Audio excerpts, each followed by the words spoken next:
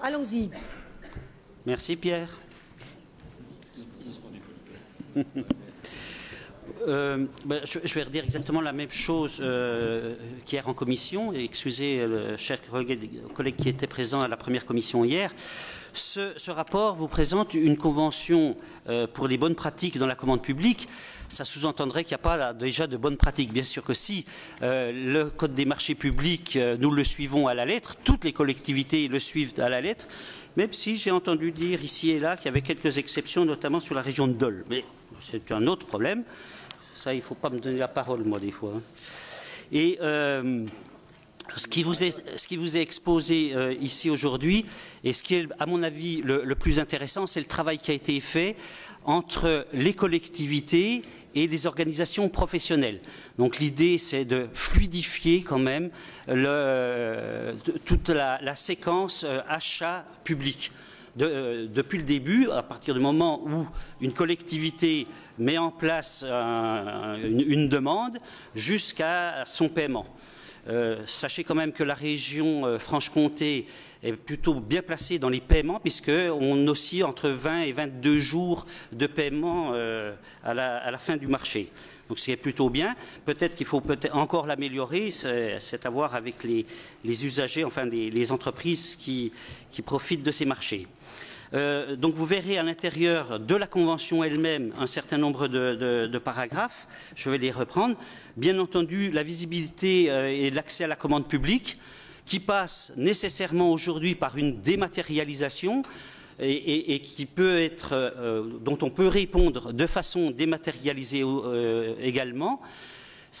Nous avons mis en place, je crois, la dématérialisation il y a maintenant 4 ans, ici en région Franche-Comté. On a encore peu d'entreprises qui répondent, mais il y en a quand même quelques-unes. Donc le travail à faire avec les organisations professionnelles, c'est de leur expliquer comment ça peut devenir plus facile en dématérialisant et comment on peut gagner du temps également. Alors, vous verrez, enfin, c'est un peu développé. La simplification, bien entendu, c'est quelque chose qui est récurrent. Toutes les entreprises aimeraient avoir des modes de réponse plus simples. On l'a bien compris, même si les services ont toujours pris la peine d'expliquer très simplement en plus et en direct par téléphone aux entreprises sur quoi il fallait répondre impérativement, parce qu'on est dans un cadre légal, il y a des signatures qui doivent être posées à des endroits très précis. Sans ces signatures, les documents ne sont pas valables. Donc il y a tout un travail à faire avec les entreprises, en tous les cas avec les organisations qui les représentent. Il y a bien entendu la partie achat durable qui a été formalisée, mais vous le savez que nous avons commencé à mettre un certain nombre de critères dans ces achats depuis un certain nombre d'années, à savoir les critères concernant les modes de production respectueux de l'environnement, la qualité des produits et bien entendu l'insertion des publics éloignés du travail, éloignés de l'emploi, pardon. Donc c'est quelque chose qui existait déjà, mais on le formalise un peu plus pour pouvoir le travailler un peu plus avec les organisations. Alors on a eu le débat en commission pour savoir si des marchés devaient être réservés à des entreprises de l'insertion. Il y a eu une réponse, moi je ne l'ai pas enregistrée, mais peut-être que Denis a eu le temps de l'avoir et de l'enregistrer.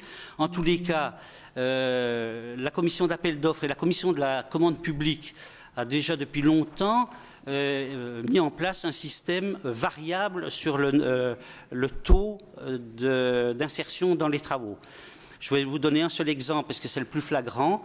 Quand il y a un lot charpente, les charpentiers ont beaucoup de problèmes et beaucoup de réticences aussi à faire monter des gens en insertion au-dessus d'un toit pour des raisons évidentes de sécurité. Donc on n'a jamais mis de pourcentage d'insertion sur des lots charpentes. Donc on adapte aussi en fonction des difficultés des chantiers. Mais ça reste toujours dans le cadre d'une convention quelque chose à améliorer. Et le dernier point, je crois, c'est il y a soutenir et accompagner l'innovation. Vous verrez ce que c'est exactement. C'est quelque chose de très nouveau hein, pour tout le monde, y compris pour les organisations professionnelles, mais il faut regarder devant nous. Le point 6, c'est bien entendu préserver la trésorerie des entreprises. Nous devons être, nous qui avons mis en place un plan BTP, nous devons être aussi attentifs à l'engagement que nous devons avoir sur ces marchés. Donc continuer à améliorer les délais de paiement, comme je vous l'ai dit, prévoir des clauses simples de révision de prix à un rythme adapté à la nature et à la durée du marché, et prévoir des niveaux d'avance et d'acompte adaptés au montant et aux conditions de réalisation du marché. Ça existe déjà, hein, mais on doit continuer à travailler dans ce sens-là, dans des périodes dures comme nous les connaissons en ce moment. Voilà l'objet donc de cette convention, qui bien entendu va continuer à évoluer probablement. Alors il y a des annexes, nous ne les avons pas ici, il y a une annexe sur l'agroalimentaire et sur le BTP, qui sont des marchés un peu plus spécifiques. Si vous avez des questions.